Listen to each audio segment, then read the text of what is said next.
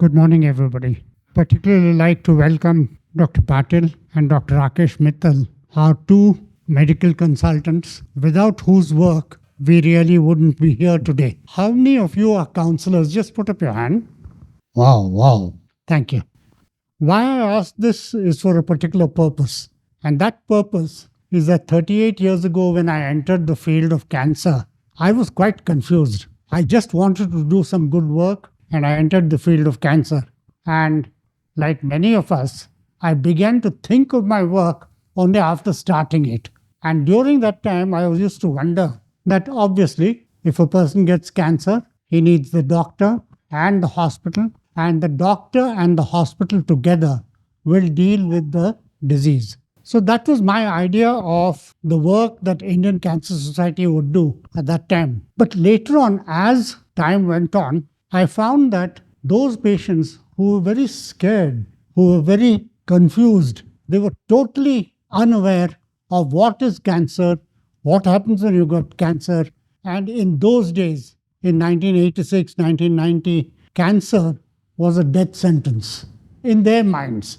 Not in fact, but in their minds, cancer was a death sentence. And we were just thinking, not that we were pioneers in this field, but we were just thinking that the doctor's work can be made easier and be made more fruitful if somebody could talk to the cancer patient and listen to him and to his family members and make them calm down a little bit, convince them that all cancers don't kill, cancers can be dealt with. And those are the things that we began to look at as value adding to the doctor's work. You and I are not medical practitioners. We can't help the cancer from the medical point of view. That is the doctor's job, and that is what they do with full. Now, if we are to strengthen their hands, then we thought to ourselves that talking to the patient, listening to him, and dealing with the family members, that is something that we can do. And that is how the field of counseling, I'm talking about Cancer Society Bangalore, that is how the field got opened up to all you people. Now, what you're doing is strengthening the hands of the doctors. And there's no doubt that you're preparing the patient in such a way that the work done in the curative part of it is dealt with and the patient becomes more receptive and the treatment can be more successful. So to my mind, counseling and emotional support for family members, that is something that is absolutely invaluable. Now, in the beginning, I asked you which of you are counselors. You are the ones who are doing this job. And without your job, I tell you, of course, the doctors can cure, but it takes them more effort to do the curing. It's not only medicines, it's the way the doctors deal with the patients who have been prepared by you. That is how cancer, in my mind, this is not a definition, but in my mind, the medical part of it and the emotional part of it put together makes 360 degrees of cancer care. So if somebody asks you, what is cancer care? The answer is the work that the doctors do, the medicines that they give, the way they deal with the patients, the way they explain to them, supplemented by what you people do. So do you realize what an important job you're doing and how you're strengthening the hands of the doctors? Now, this is most important. And I congratulate each one of you. Really admirable that each of you as a volunteer are giving your time and doing this out of love for the patients and for no remuneration. This is something that is absolutely praiseworthy. And I think for many, many years, I've been dreaming of meeting this team of emotional support workers. And today I've got the opportunity. Let me lead you into a little secret. I don't know how many of you were with the Indian Cancer Society emotional support. This is about 6-7 years ago when I said, I'd like to meet the team. Can you get them together? And the answer I got is, nahi ho sakega. Can't be done. I said, why? Why it can't be done? He says, no, they don't have the time for this. They will go to the hospitals, they will do this. They don't have the time to come and today I'd like to call the same person and show him that all of you are capable of coming and spending your time here because you're interested in the subject. So thank you very much for coming. Thank you for fulfilling one of my dreams of meeting the emotional support group. What else? Alpa's given me half an hour to talk. So if what I'm going to say is irrelevant, please pardon me. And as usual, be good listeners. And I'll do the talking, you do the listening. I used to wonder at all times, what is this thing that we do voluntarily? I'm a volunteer. I've been a volunteer for the last 38 years. I don't get paid for my work. But what do we get out of this? A feeling of goodness, a feeling that you've helped somebody, and that helping has helped somebody else to be cured, to at least get into remission. But that's so invaluable because all of you, I don't need to tell you, all of you know the mental state of a person who's got cancer and who's got and the family members. So that is the satisfaction you get. But over the years, both in Indian Cancer Society from 1986 onwards and later on from 1994 in Karunashaya, I realized one thing. I'm talking about myself, and I'd like you to listen carefully to this because what I have gained out of the work I have been doing is exactly the same thing that you are doing. And that is why I'd like you to. We are not being paid in money. We are not being paid in cash or kind, except the gratefulness of all of us from Indian Cancer Society that you as a team are doing this work. We are extremely grateful to you for that. But besides that, there is something else that you're gaining, which I have already gained. And that is something that over years I sort of is the learning I've got out of doing this work. What I'm going to relate to you, what I'm going to say is absolutely not new. You will recognize every word that I'm talking, but I'm yet addressing you with this because I want you to begin to acknowledge that this is what you're gaining out of the work you're doing. Let me illustrate what I learned from some actual instances which I have seen with my own eyes. As happens in many Indian families, this young girl decided that she's going to get married to somebody of her choice. Perfectly all right. I believe that every young person has a right to decide something and to make life for themselves. This young girl decided to get married to somebody who was her choice. And promptly, like many Indian families, the father and mother erupted and they said, Nadi, hogo, get out of the house. And a girl of 19 had to leave the house. From then onwards, the father took a rigid view and he said, don't show me your face again. Never come back again. And this was the thing. The poor girl was really heartbroken, but yet she had chosen to do something that is... time went on and inevitably the father got cancer.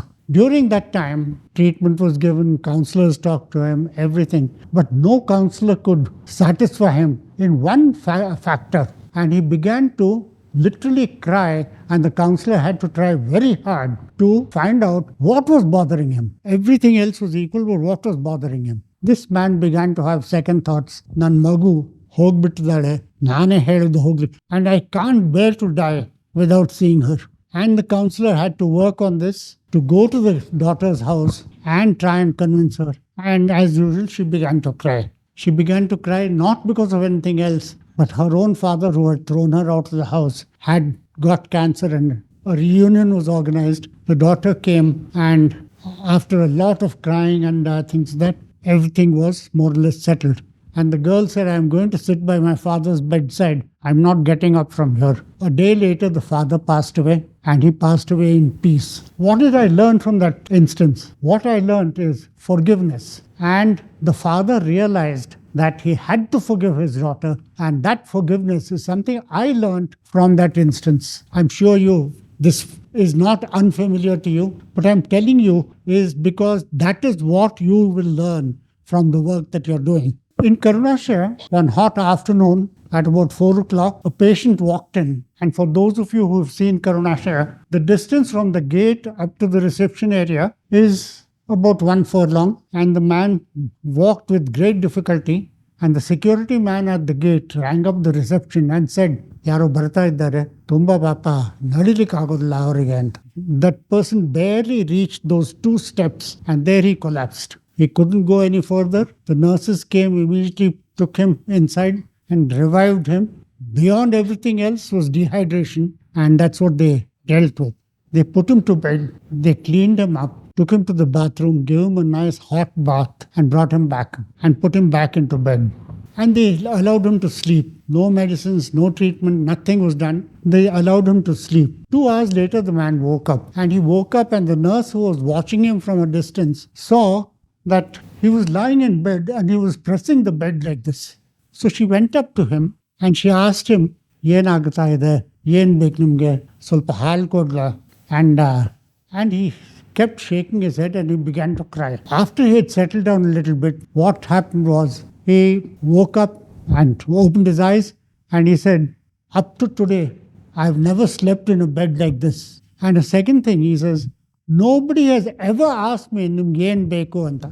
This is something that a poor man, there's no choices for him. He has to eat and drink what he can get. And there's no choice to say, "Id beka, yen bek nimge."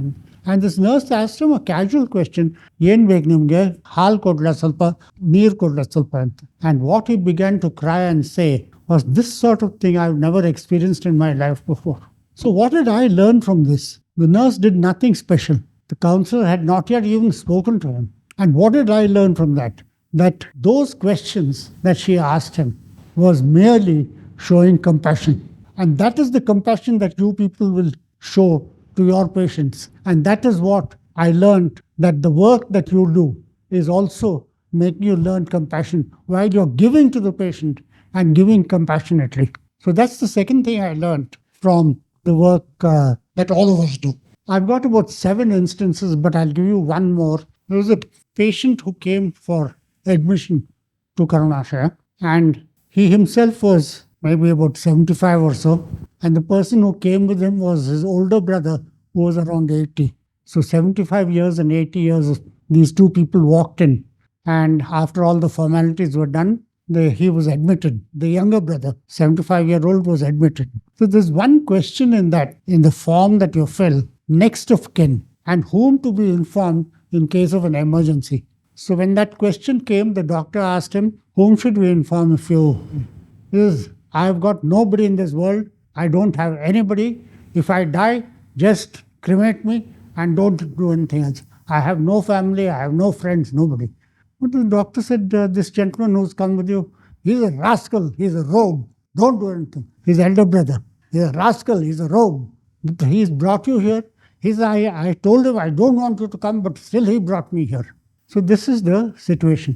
As time went on, I won't go into all the other details. As time went on, the counselor found that every few hours, he'd take out one book from his pocket, small book where he was scribbling something. He would take that out and he would look at it for some time, then put it back again. So she said, definitely in that book, there must be something that is... So once when he was fast asleep, she took out that book and there were some telephone numbers in that. So she rang up the first number that was there. And she said, "Raghavarna anta yaro bandarile, patient, nim gotta yaranta anta." "Raghavarna, oh Raghavarna." And this man was speaking from Kengeri. He said, "Raghavarna, of course I know him. He is my friend's father and his family lives in Mangalore." So, and the counselor said, "Oh, he's got a family. Of course he's got a family. 10 years ago, he left the house, he ran away from there, and from that day onwards, he's not been seen." And everybody presumed he had died. The man was a very angry man. He was upset with the family because husband and wife had some difference of opinion. And in that huff, he left home. And for 10 years, he never went back. So he quickly informed the family. The family took an overnight bus and came to Karunashaya. And I cannot tell you what happened that morning. At about 9 o'clock, I came in and I was going through the wards. And the wife held on to my hand and she said, "But for you, this man would have died in the streets. He would have died, nobody to give him a sip of water. And we had presumed that he had died out of a small instance at home. He fought with us and he went away. Thank you for looking after him." End of story. About half an hour later, he died. But that reunion had taken place. And that reunion meant one thing, the difference between dying in peace and dying without anybody around you. So my friends, there's no place in this world for anger. If you find a patient who's very angry, please address that anger. Please try and reduce it. Please try and say that there is no place for anger in this world. And then it does for peace and it does for dignity at the end of life. So these are the things that I've only related 3 values which I have learned from my work. And you must be seeing every day, day in and day out. And there are many more we can talk about some other time when we sit together. But this is the type of work that you're doing. Believe me, Kanchan and I very much appreciate the work that you're doing. And thank you very much because you're preparing the patients for the valuable work that our doctors do. And without your help, their work wouldn't be efficient. Thank you very much.